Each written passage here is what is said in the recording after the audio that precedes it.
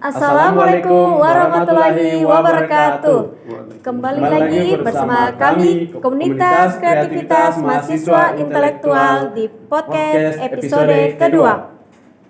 Nah teman-teman, sebelumnya perkenalkan nama saya Hestiani Palilu dan rekan saya Fanuel Ilintamon yang akan membantu jalannya episode podcast kali ini. Nah sebelumnya saya ingin bertanya teman-teman, apa kabar semuanya? Baik. Semoga teman-teman dalam keadaan sehat. Amin. Nah teman-teman pasti penasaran kan apa sih yang akan kita bahas di episode podcast kali ini? Nah, jadi di podcast episode kedua ini kita akan membahas tentang Kupas Tuntas Jurusan Teknologi Laboratorium Medis dalam bidang kesehatan. Nah, Fanuel, pernah nggak sih terbayangkan suatu pekerjaan yang menggabungkan antara teknologi dan kesehatan? Apakah itu seorang dokter atau seorang ilmuwan? Nah, jawabannya adalah analis kesehatan atau biasa kita juga kenal dengan ATLM, Ahli Teknologi Laboratorium Medis. Nah, ATLM ini adalah jurusan yang tidak sepopuler dokter, bidan, perawat, ataupun apoteker. Nah, pasti pada tambah penasaran kan teman-teman? Nah, untuk menghilangkan rasa penasaran itu semua, kami sudah bersama dengan Bapak Muhammad Idris Mone SSI MK selaku Ketua Patelki Sulawesi Selatan yang akan memberikan kita informasi lebih lanjut mengenai jurusan Teknologi Laboratorium Medis.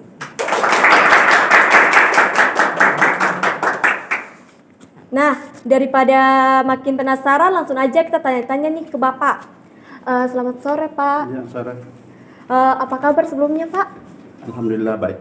Syukurlah. Kalau boleh tahu apa sih kesibukan Bapak sekarang?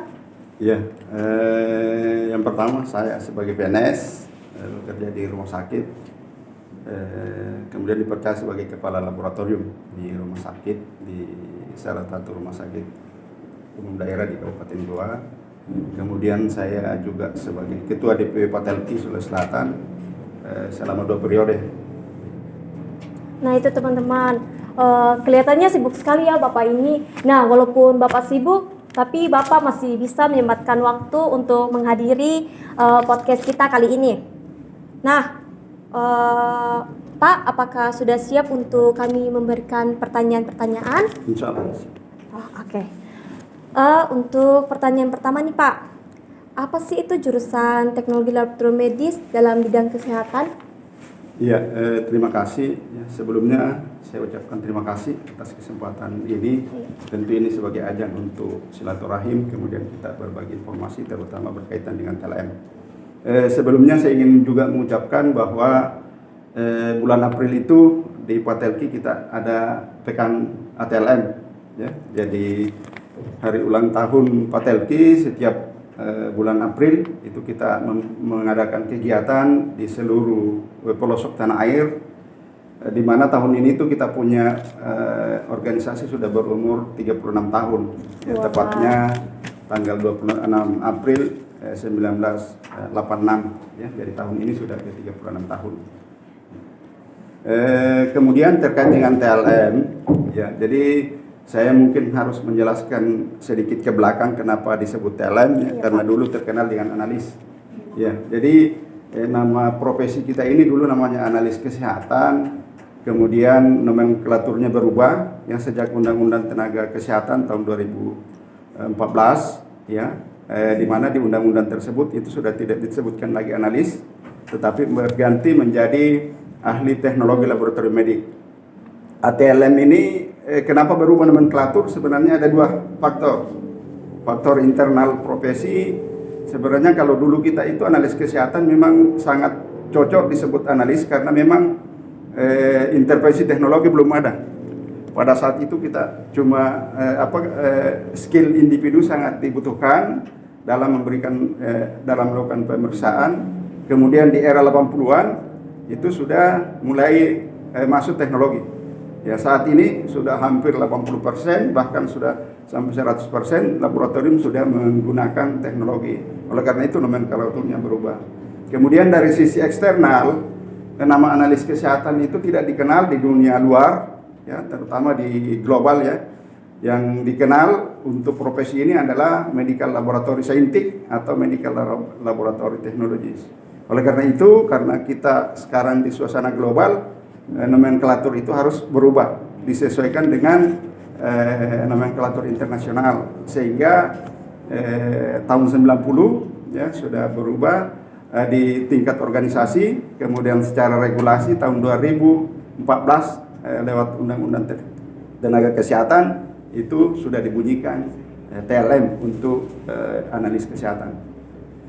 Ya, kemudian untuk profesi ini saya kira di masa pandemi ini hampir 2 tahun terakhir ini ATLM ini cukup populer ya, terutama dalam kaitan penegakan diagnosa penyakit COVID ya.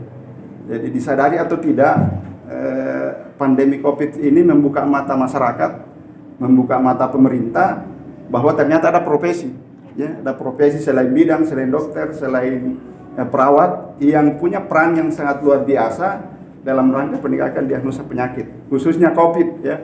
Jadi kalau bisa dibilang pandemi COVID ini cukup memberi kesan bagi profesi TLM.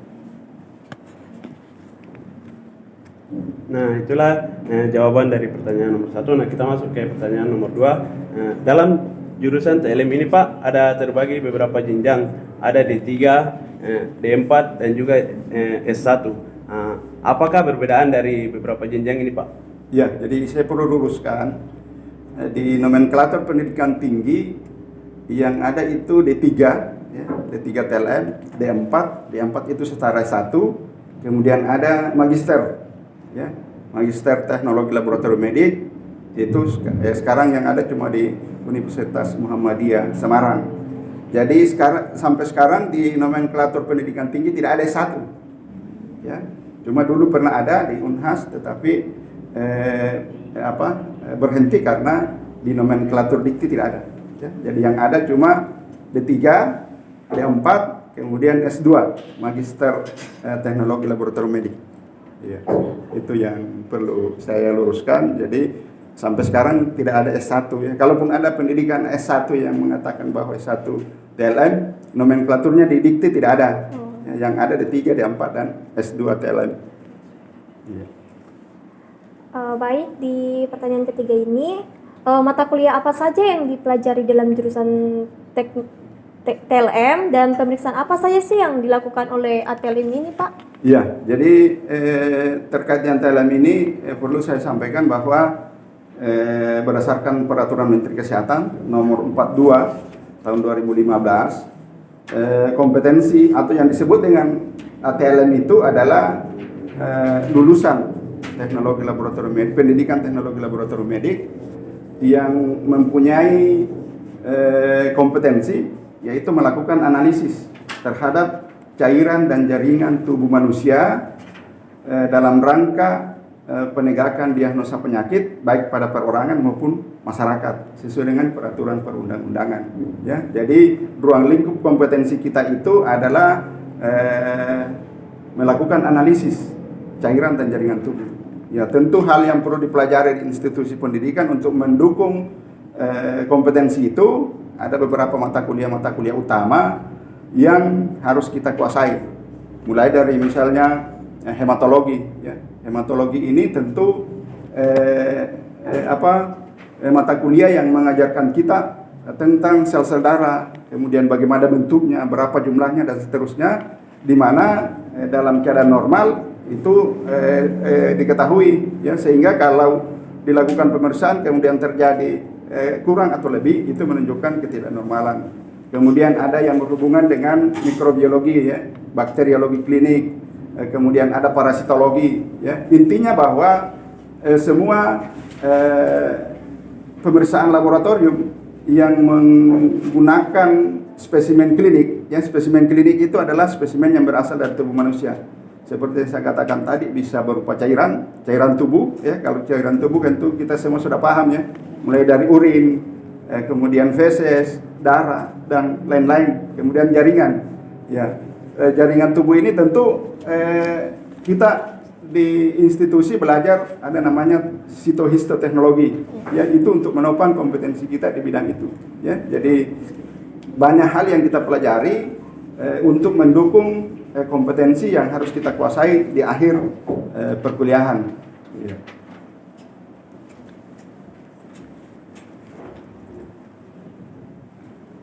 Baik Pak, lanjut di pertanyaan keempat. Banyak sekali masyarakat di luar sana yang merasa asing ketika mendengar ATLM. Masyarakat tuh hanya tahu bahwa bagian kesehatan tak lebih dari dokter, perawat, bidan. Padahal bagian kesehatan ini tuh terdapat beberapa bagian pengelompokan dan salah satunya yaitu ATLM. Apa sih itu perbedaan ATLM dengan tenaga medis lainnya, Pak?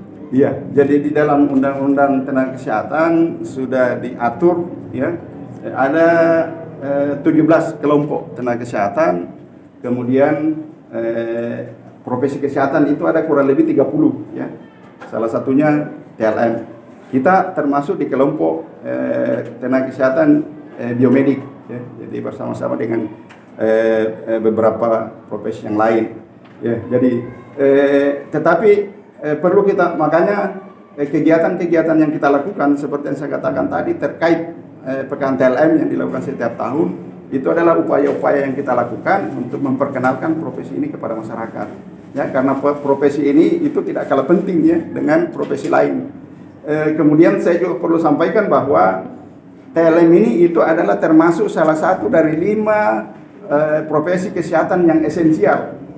Artinya di fasilitas pelayanan kesehatan dasar sampai fasilitas kesehatan yang lebih tinggi itu harus ada TLM. Puskesmas itu wajib punya TLM, ya. Jadi ada 5 tenaga kesehatan esensial yang harus ada di fasilitas pelayanan kesehatan dasar, ya. Misalnya puskesmas, ya. Puskesmas itu harus punya TLM. Kenapa? Peran dan fungsi TLM ini sangat besar, ya. Bahkan, ya, kalau saya boleh katakan di era sekarang ini ada pergeseran, ya. Pergeseran, kalau dulu pemeriksaan laboratorium itu hanya dianggap penunjang, sekarang justru penentu diagnosa, ya. Bahkan penggunaan penegakan diagnosa penyakit kalau tidak didukung oleh pemeriksaan laboratorium, BPJS tidak akan bayar klaim. Ya, misalnya dokter menuliskan diagnosa anemia, tetapi tidak ditunjang dengan pemeriksaan laboratorium, paling tidak darah rutin, maka diagnosa itu tidak diklaim, artinya tidak dibayar oleh BPJS. Kemudian yang kedua, penggunaan obat, ya. Jadi ada obat-obat tertentu yang BPJS tidak akan bayar kalau tidak didukung pemeriksaan lab. Ya, misalnya sejenis obat penurun lemak, ya, misalnya Lipitor, ya. Itu obat harus didukung dengan hasil laboratorium. Ya, ada pemeriksaan kolesterol, trigliserida, ya, dan sebagainya. Kemudian ada obat insulin, ya. Insulin itu harus didukung dengan hasil HbA1c. Ya, jadi peran laboratorium ini itu sekarang sangat esensial, sangat penting dalam rangka penegakan diagnosa penyakit. Nah Pak, mau bertanya sedikit nih. Iya. Kan kalau yang saya lihat itu di rumah sakit atau kayak di puskesmas itu kayak kayak kalau boleh dikatakan masih sedikit sekali tenaga kerjanya. Kalau mau saya bertanya, apakah itu karena kurangnya sosialisasi atau karena apa yang mengakibatkan kurangnya orang untuk memasuki dalam jurusan ini loh Pak? Iya, jadi terus terang 5 tahun terakhir jurusan TLM ini di Poltekkes itu favorit, ya. Jadi kenapa? Karena tenaga ini masih sangat dibutuhkan. Jumlah TLM sekarang itu baru 75 juta kurang lebih, 75 ribu, ya. Sementara yang dibutuhkan untuk memenuhi syarat minimal tenaga TLM di seluruh Indonesia itu dibutuhkan 100 ribu lebih TLM. Yang ada sekarang baru 70-an ribu, ya. Jadi masih ada kebutuhan yang sangat banyak, ya. Cuma kadang formasi yang dibuka oleh pemerintah daerah itu tidak ada.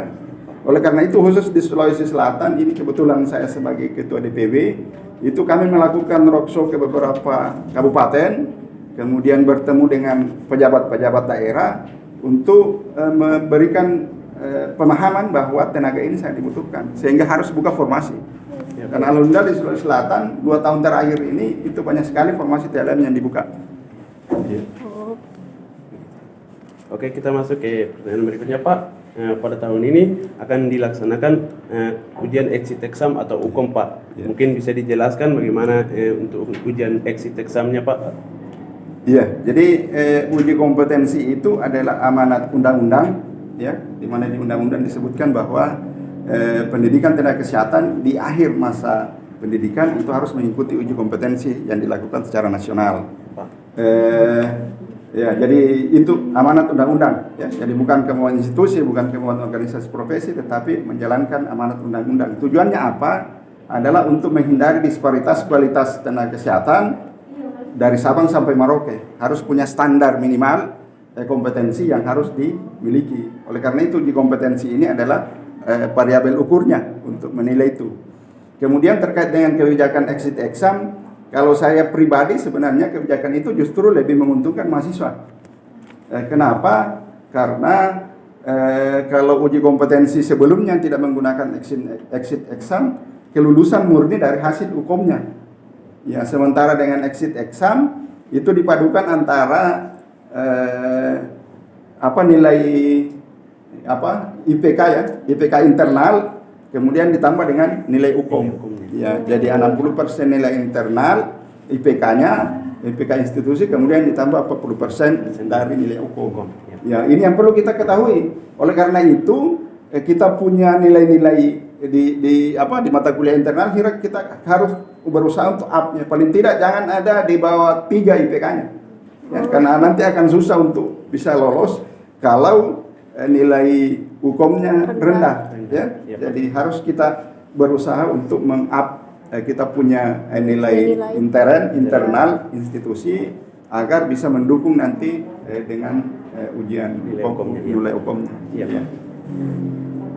Oke, Pak. Ini Pak, ada informasi yang kami dengar bahwa untuk jurusan TLM ini akan diadakan ujian OSCE juga. Apa sih itu perbedaan ujian OSCE dengan UKOM? Ya, jadi kalau OSCE ini sudah dilakukan sejak 2015 di kedokteran ya. Jadi kedokteran, kemudian di perawat juga sekarang sudah melakukan OSCE.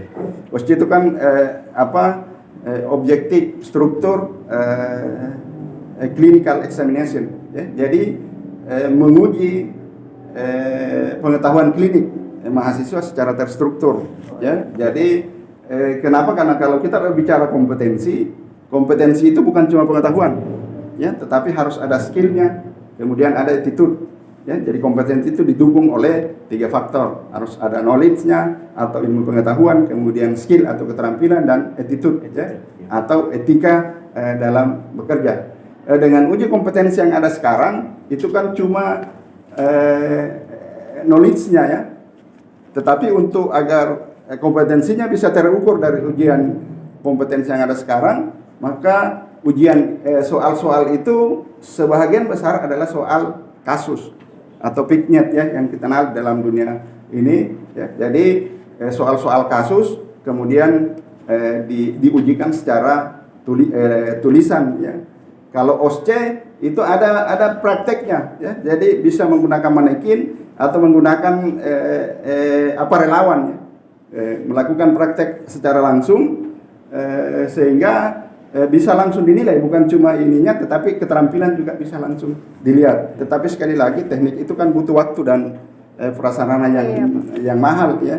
Ya, jadi tetapi kalau itu diterapkan saya kira itu bagus. Tetapi sebenarnya ujian OSCE itu bisa dilakukan internal ya. Misalnya setiap mata kuliah berakhir bisa dilakukan OSCE. Kalau di kedokteran itu setiap selesai satu bagian misalnya interna, maka dilanjut ada ujian OSCE-nya untuk mengukur keterampilan klinis dari mahasiswa. Jadi itu belum difikskan ya Pak, Ya, belum, kapan? ya, masih perencanaan, masih direncanakan. Oh, ya. Ya Pak, kita masuk ke pertanyaan berikutnya Pak. Nah, apa sih fungsi atau peranan dari ATLM ini dalam bidang kesehatan Pak? Ya, jadi fungsi ATLM dalam bidang kesehatan adalah memberikan pelayanan laboratorium. Ya, kemudian karena tadi ada 3 jenjang ya yang ada di nomenklatur pendidikan, maka kewenangan dari ketiga jenjang itu diatur di Peraturan Menteri Kesehatan Nomor 42 2015, yaitu tentang izin penyelenggaraan praktek ahli teknologi laboratorium medik. D3 mempunyai kewenangan sebagai pelaksana teknis utama rutin ya. Jadi dia yang mengerjakan pekerjaan rutin di laboratorium. Kemudian D4 itu harus dia levelnya lebih tinggi sehingga dia punya tugas untuk melakukan mulai dari mempersiapkan pasien sampai melakukan pemeriksaan, melakukan validasi untuk tes-tes yang canggih ya, tes-tes canggih sampai kemudian membimbing mahasiswa yang membimbing TLM yang di D3 ya dalam melakukan itu. Jadi kita punya peran yang sangat penting karena nanti peran lulusan D4 itu diharapkan menjadi supervisor ya. Jadi dia membawahi D3 sebagai pelaksana rutin di laboratorium, kemudian D4 sebagai supervisornya memantau prosesnya, kemudian validasi hasil lab sebelum diserahkan ke dokter untuk diinterpretasi. Oke Pak, mungkin itu saja pertanyaan dari kita. Wah, nggak terasa nih kita udah sampai di ujung podcast kali ini. Gimana? Seru banget nggak? Seru banget dong, karena kali ini kita sudah membahas tuntas tentang apa itu jurusan teknologi laboratorium medis. Nah teman-teman, semoga dengan pertanyaan-pertanyaan yang tadi kita berikan kepada Bapak dapat menghilangkan rasa penasaran dari teman-teman semua. Demikian podcast kita kali ini tentang kupas tuntas jurusan teknologi laboratorium medis. Semoga dengan podcast ini jurusan teknologi laboratorium medis dapat dikenal lagi oleh masyarakat di luar sana. Dan terima kasih Bapak sudah menyempatkan diri untuk menghadiri podcast kita kali ini. Oke Pak Noel. Sekian dan sampai jumpa di kami podcast selanjutnya.